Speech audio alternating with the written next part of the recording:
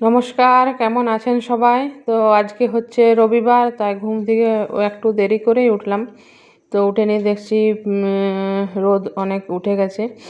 আর তারপরে বাইরে বেরিয়ে সকালের কাজকর্ম সারতে হবে, তাই প্রথমেই চলে গেলাম আমাদের সদর গেটে, যেখানে দিয়ে আমরা সেখানে জল দিয়ে পরিষ্কার করে নিলাম। এখানে দুটো বাচ্চা খেলছিল। তো এখানটা আমি সকালে উঠে নিয়ে আগে জল ঢেলে পরিষ্কার করে দিই। তো তারপরে চলে এলাম বাড়িতে। তো দেখছি যে দুখানা বিড়াল চলে এসেছে। তারপরে ঘর ঝাড় দিয়ে মোছামুছি করে সকালে ফ্রেশ হয়ে গেলাম। আমি সকালে উঠে নিয়েই রাতের বাসি কাপড় ছেড়ে দিই। আর এদিকে দেখেছি ছেলে ঘুম থেকে উঠে পড়তে বসেছে। তারপর এদিকে আমার বেডগুলো পরিষ্কার করে নিয়েছি। ঠাকুরঘর তো ঘর ঝাড় মোছা হয়ে গেছে। এরপরে আমি জল খাই। সকালে তো এখানে চিয়া সিড ভেজানো ছিল, সকালে উঠে নিয়ে আগে আমরা চিয়া সিডটা খাই। তারপরে ফ্রিজটা দেখলাম অনেক দিন মোছা নেই, তাই ওটাও কলিন দিয়ে পরিষ্কার করে নিলাম ফ্রিজটা।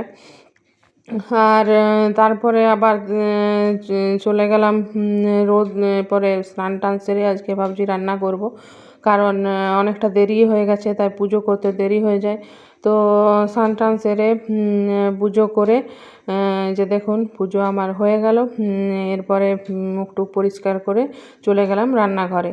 তো রান্নাঘরে গিয়ে দেখছি যে ভাতটা অলরেডি হয়ে গেছে। আর এখানে পেঁয়াজ কাটা, আলু কাটা সবই রেডি, কারণ আজকে মাংস হবে, তাই মাংসের জন্য এগুলো সব রেডি হয়েছে। আর এখানে মশলা বাটাও হয়ে গেছে। তো এরপরে প্রথমে আমি আলুটা ভেজে নিলাম।